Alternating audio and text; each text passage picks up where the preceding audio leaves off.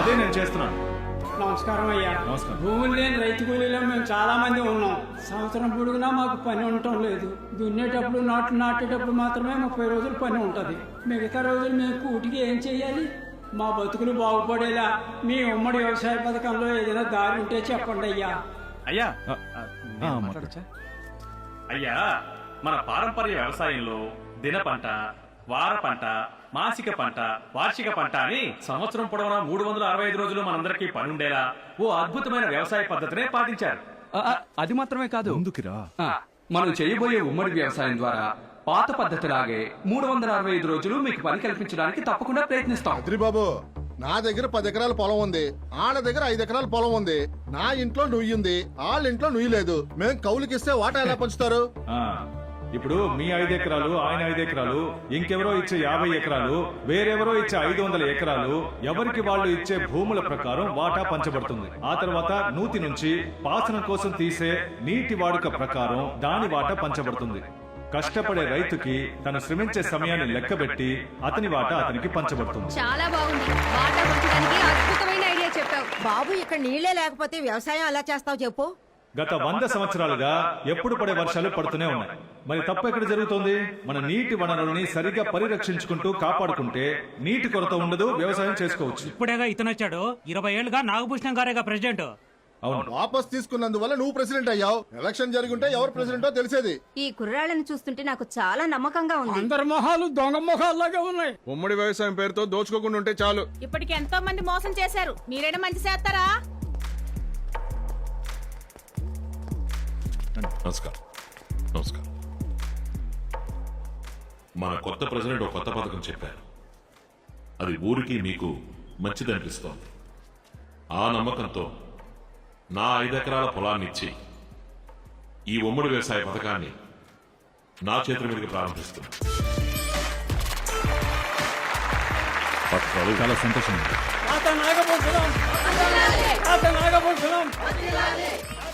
దాత నాగభూషణం గారికి ధన్యవాదాలు.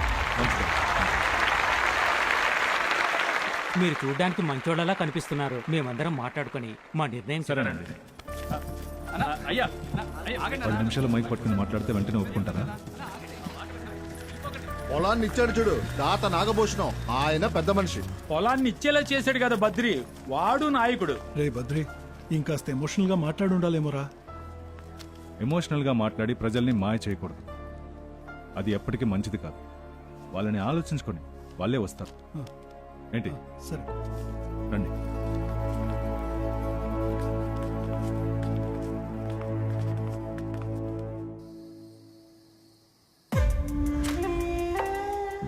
బాలాజీ, చెప్పండి డాడీ.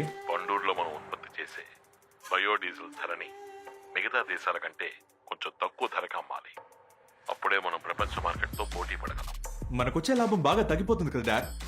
ఎలా మేనేజ్ చేయడం? ఇండియాలో ధరని పెంచి అమ్ముదావునా? డాడీ, మనకే ఇంకా బోల్డ్ అని భూములు కావాలి. మీరు 5 ఎకరాలని ఉమ్మడి వ్యవసాయానికి ఇచ్చి వచ్చారు. అంకుల్స్ అందరూ చాలా ఫీల్ అవుతున్నారు డాడ్. ఎవరు? ఆ 4 కామెడీ గాళ్ళ? పండూరు గ్రామంలో ఉన్న 5,000 ఎకరాల పొలం మన బయోడీజిల్ ఫ్యాక్టరీకి కావాలని నాకు తెలియదా ఏంటి? భూముల్ని సేకరించడం అంత తేలికైన విషయం కాదురా. నేను 5 ఎకరాల భూమినిచ్చింది తంత్రం. మనం చేయాల్సిన పని నా బద్రీతో చేయిస్తున్నాను చూడు, అది రాజతంత్రం. ఆ అంకుల్స్ పొలాలు మనకు కావాలి. అంకుల్ని అంకుల్ గానే మెయింటైన్ చేయి. Okay daddy. ఇంకా మీ విలేజ్ లో ఇలాంటి ఎంటర్టైన్మెంట్ ఉంటుందా? 4 ఎడ్ల బళ్ళు, ఓ 2 ఆవులు, మేకలు, గోచి కట్టుకున్న 4. పండూరులో ఉన్న ఎంటర్టైన్మెంట్ ఇంతే. సంపాదించడానికి మాత్రమే ఆ ఊరు. ఖర్చు పెట్టేది మొత్తం ఫారిన్ లోనే. లాభాన్ని మనం రాబరీ అంటున్నాం. దీన్ని ప్రజలకు అర్థమైనా ఎలా చెప్పాలి? పట్టుకో. ఈ మొక్కజొన్న ఎంత బామ్మా? 3 రూపాయలు. 3 రూపాయలా? ఈ జొన్నను పండించి కోత కోసి తర్వాత ఉడికించి మండటండలో తిరిగే ఈ బామ్మ దీన్ని 3 రూపాయలకి అమ్ముతుంది. కానీ దీన్నే పట్టణాల్లో దీని మీద లైట్ గా మసాలా జల్లి 20 రూపాయలకి అమ్ముతున్నారు. మరి ఆ 17 రూపాయలు ఏంటి? రాబరీయే కదా. ఇలా మీరు వెళ్లే చోట ఇలాంటి చిన్న చిన్న ఉదాహరణలతో ప్రజలకి అర్థమయ్యేలా వివరంగా చెప్పండి. అంతే.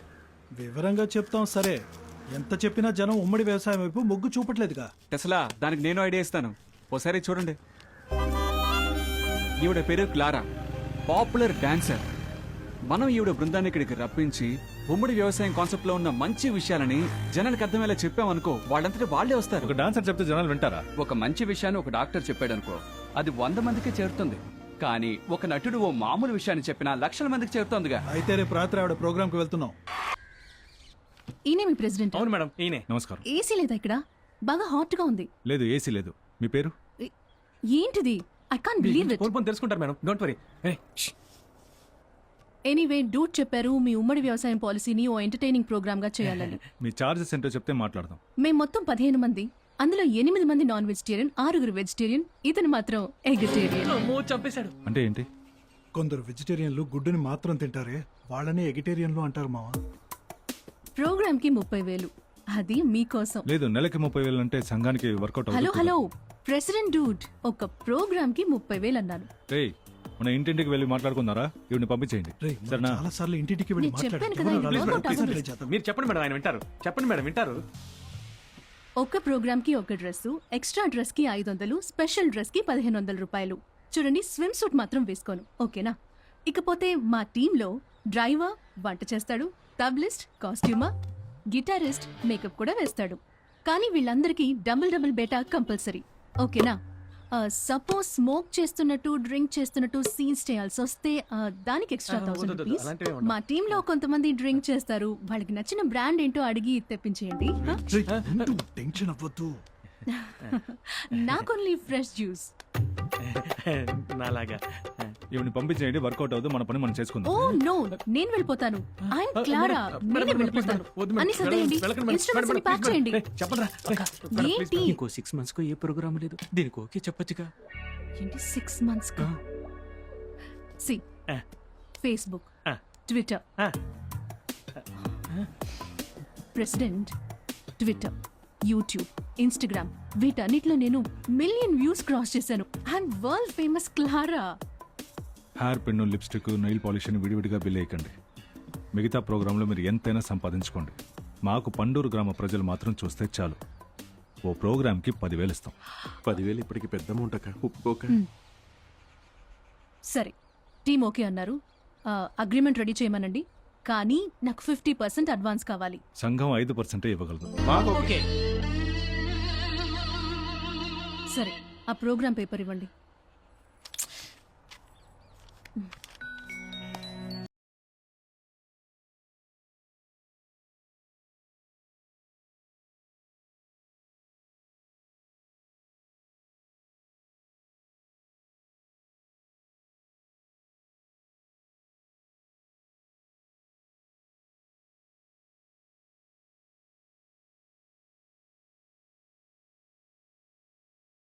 ఏం చేస్తున్నారు? అదే మీకు పాడి చూపించాను. మీకు జనం రావాలా లేదా పారిపోవాలా? రావాలండి. జనం వచ్చేలా చేయడం మా డిపార్ట్మెంట్, అది మేం చూసుకుంటాం. మాకు హిప్ హాప్ పాడడము తెలుసు, లోకల్ గా ఈరగదీయడము తెలుసు. Dude, I'm Clara, world famous Clara.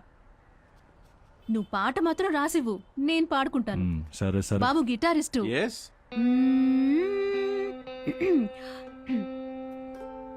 శృతి 1, 2/4 వాయించు. ఇలా కాదు, తప్పుగా వాయిస్తున్నావు. స్వింగ్ లో.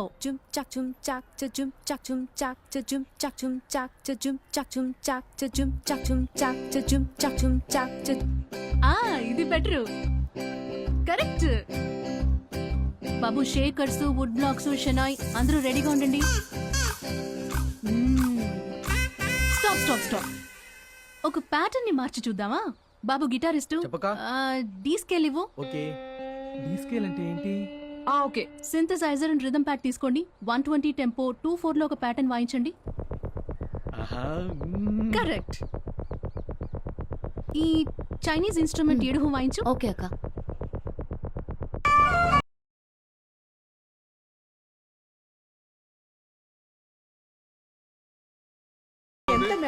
చాలా బాగా వాయించిందయ్యా. అదిరిపోతుంది. వీళ్ళ దగ్గర నుంచి ఎలా భూములు తీసుకోవడం?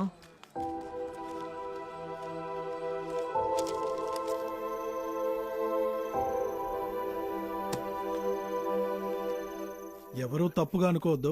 మన ఉమ్మడి వ్యవసాయ పథకం నా ఉద్దేశంలో విఫలమైంది. నాకు అదే అనిపిస్తుంది. తొందరపడి ఎవరు ఏ నిర్ణయానికి రావద్దు. టీ తీసుకోండి.